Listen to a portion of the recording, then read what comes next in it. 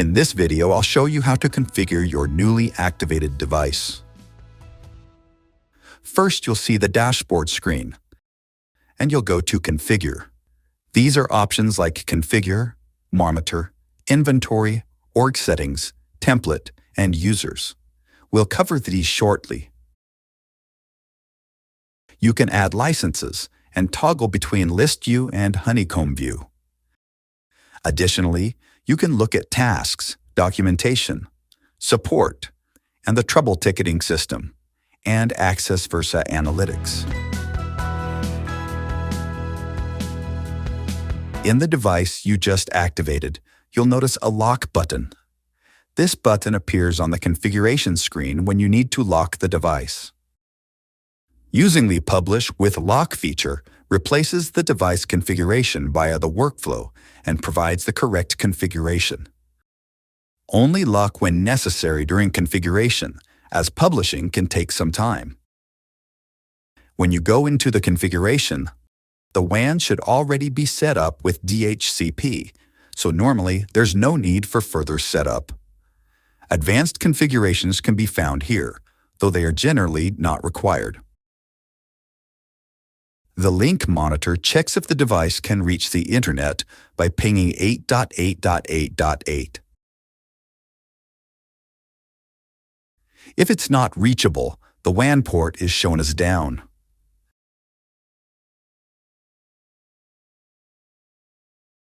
You can set up IPsec tunnels between this device and non-Versa devices.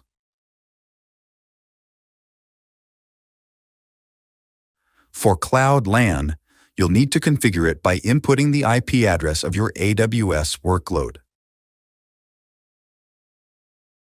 Check your AWS screens to find the ENI interface description provided during the launch of the CloudFormation template.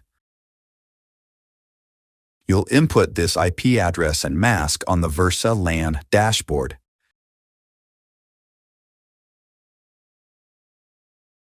This will connect your workload to the firewall.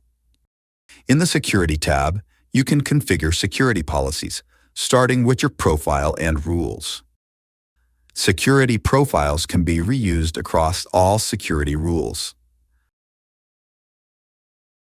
You can define your deny and allow lists, block specific URL categories, and even create custom ones based on company requirements, such as your own URLs that you want to include.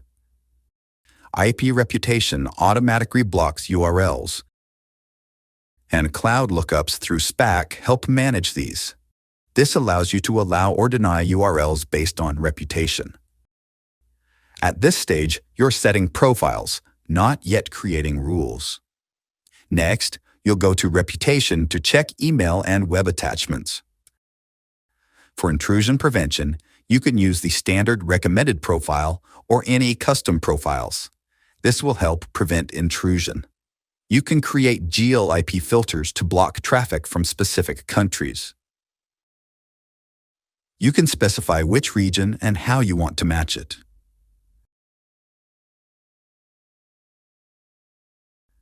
File filtering is also available, letting you check attachments through different protocols like HTTP.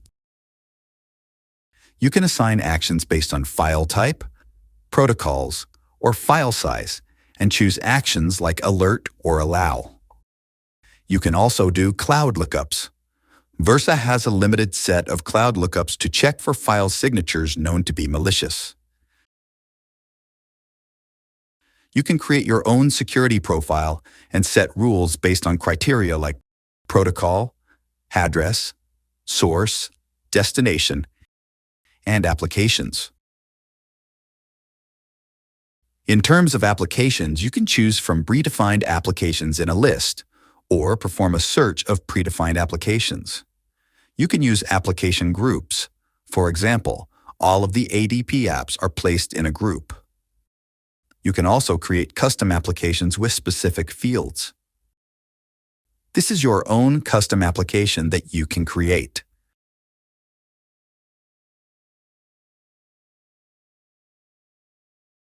You can match based on URL categories and reputation.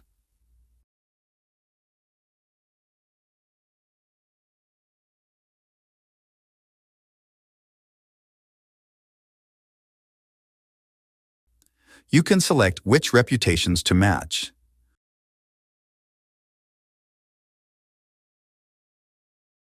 You match traffic against defined protocols, applications, and DSCP settings, and then you will select the scope, which is from where and to where, such as WAN to LAN.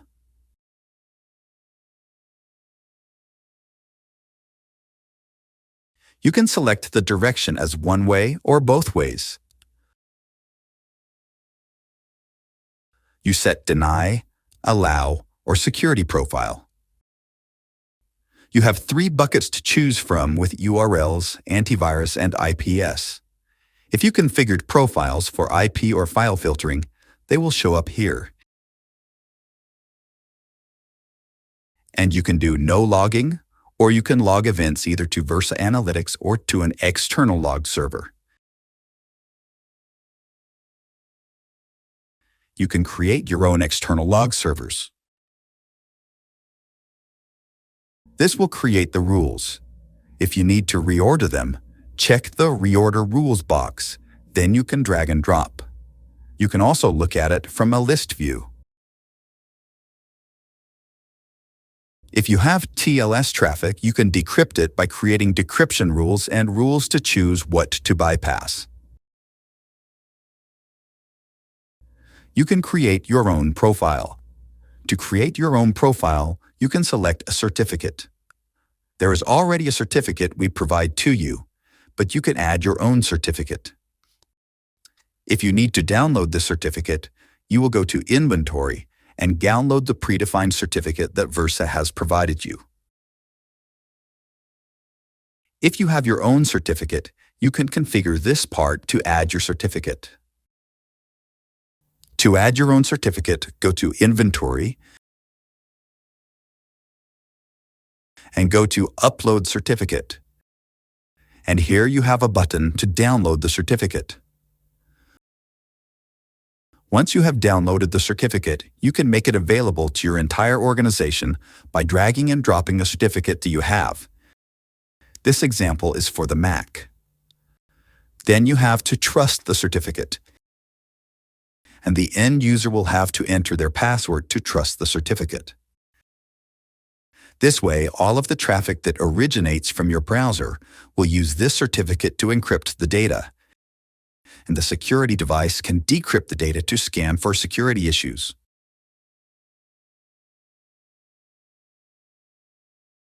This is for TLS decryption. We have created some default policies for you. Do not decrypt, for example. This has decrypt bypass, but you can create your own profiles. You can use the predefined profiles if you want to make it easier. You can select which types of URLs you want to decrypt. For example, you can bypass decryption for financial services or health and medicine. Otherwise, it will look for all traffic that is coming into or going through the device. Then you have routing. You have static and eBGP routing. You also have miscellaneous settings you can configure. If you want to configure SNMP, you have to lock the device first. You can configure an NTP server to make sure that the device has the correct time. You can configure an external syslog server. And you can configure the VNF manager if you want to manage the device using SSH. It is very important that you change the default username and password on the device from the default to something that only you know. It is set to admin, and you should change this for security reasons. Otherwise, somebody can SSH to the device. So change your username, or you can edit the username as well. Admin is here so you can change the password.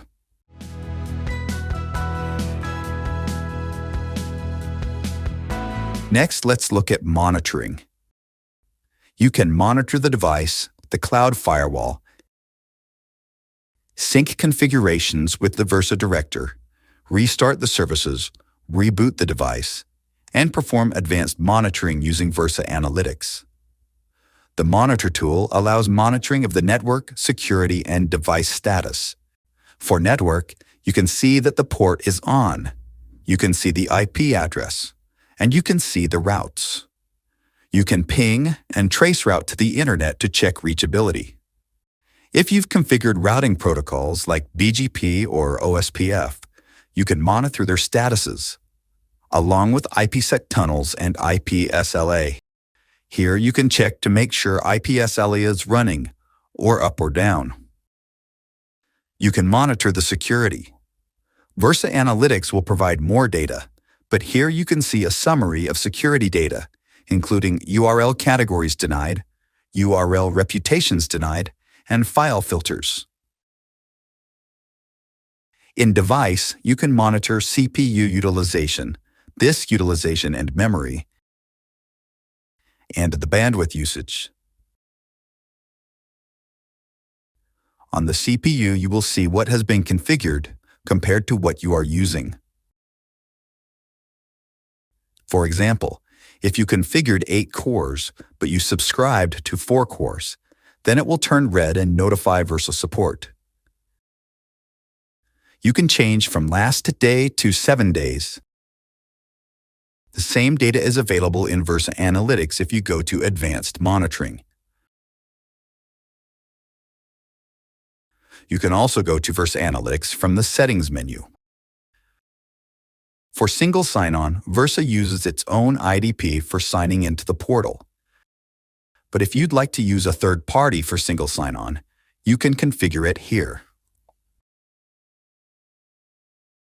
In the inventory, you can switch between compressed and expanded views, seeing details such as SPAC, subscriptions, serial numbers, and more.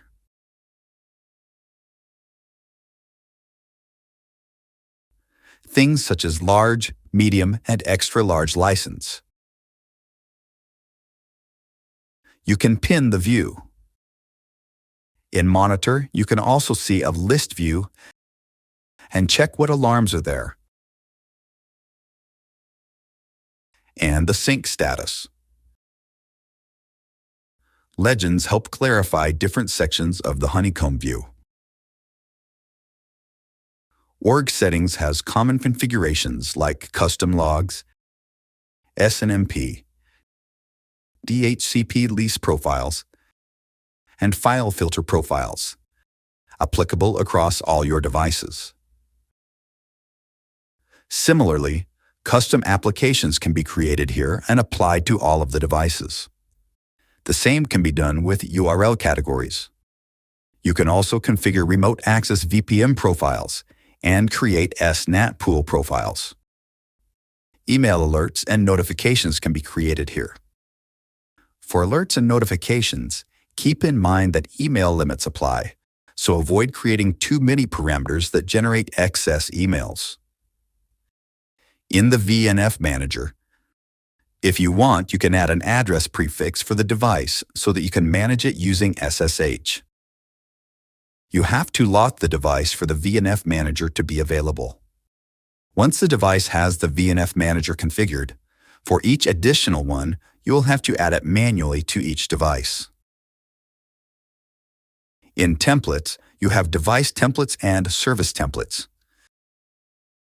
You can clone a template or create a new template.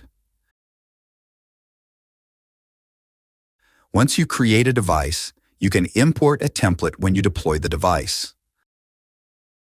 Otherwise, it will use the default template. You can make changes to the template and push the changes to all of the devices that use the template.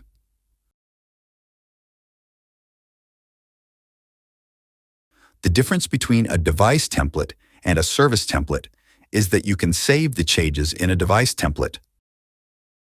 But with a service template, it does not create a saved state of the service template. You add configuration settings to the service template and push them to the devices one time. When you publish it, it will ask you which devices you want the changes to be pushed to. Parameters in the service templates are not saved within the service template, as it is a one-time use process.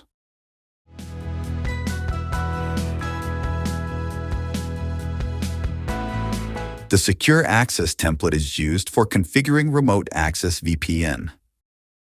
A document is available on the Docs portal to guide you through the process. Versa offers two products for Remote Access VPN. The first is VSPA, which is available through their SaaS solution. You can contact Versa to add this product. You can also use Remote Access VPN, which provides full tunnel access into the device. To configure Remote Access VPN, follow the steps outlined in the documentation but explain how to configure your client.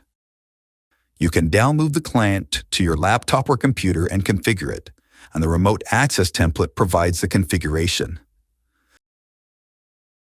Some parts of the template are for VSPA only, which is used for SaaS services. The other parts can be configured for standard Remote Access VPN.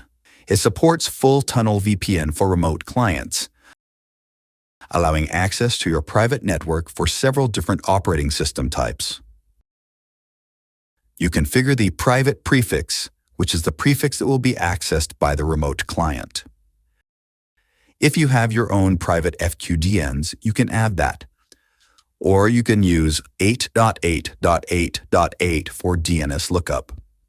For authentication, the default is to use the Versa IDP, where we store your username and password. Steering and security options are available only through VSPA, which is part of the SaaS solution, and don't apply to the basic Remote Access VPN. If you have more than one gateway that provides remote access, you can group it here. Versa will pick the closest VPN device. The client uses SLA parameters to detect the latency to the gateway, and whichever one is the closest to you will be selected. With grouping, you still have the option to select a specific gateway if desired. Make sure to use your organization's private domain for users. Do not use public domains like Gmail or Hotmail for security reasons. Finally, adding additional licenses can be done here or through the onboarding workflow.